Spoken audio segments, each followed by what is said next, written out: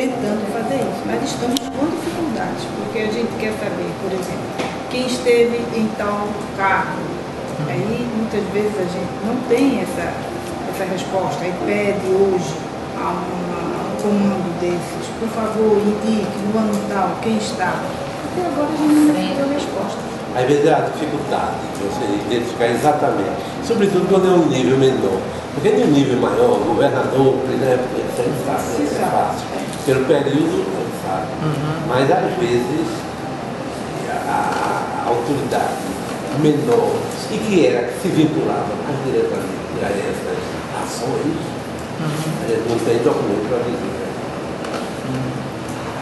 Estamos esperando que está avançando, né? O que eu acho importante é que tem se avançado muito. Sem dúvida. Esses dados, como esse aí do general Coutura, era um dado que até agora não tinha sido exposto com a importância que ele tem. E a gente vê que no caso do Valderico, é fundamental. É o órgão principal de investigação da ditadura no plano nacional, dizendo que a conclusão dela é de que não foi um caso de droga, desse negócio todo, foi um caso político e rapazes radicais da direita, dito por ele, né? Jovens radicais da direita, agora isso tudo casa com esses outros documentos que a gente vê aí. E é um casamento que vai na linha do que se comentava, né? Agora nossa expectativa é que essas pessoas comecem a falar alguma coisa, né? Porque você vê essa reportagem de São Paulo, você está falando das fotos, né? De São Paulo, aquele GCC de São Paulo, que tem as fotografias, foi uma matéria feita por jornalistas.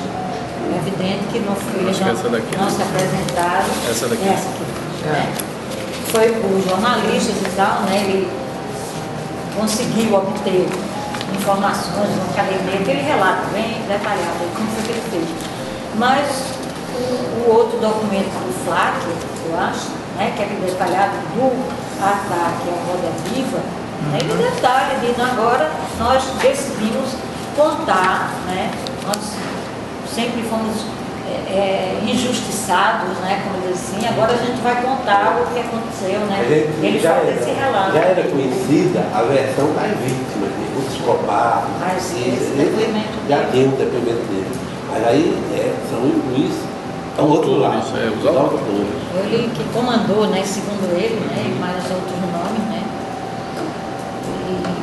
E se sabia também que o Raul Careca, né, que era um policial também torturador, que fazia exatamente esse papel também junto ao CCC. E ele teve uma atuação destacada naquela batalha lá da Maria Antônia, né, Mackenzie e São Paulo, não, né, e era um Raul, chamado Raul Careca, né.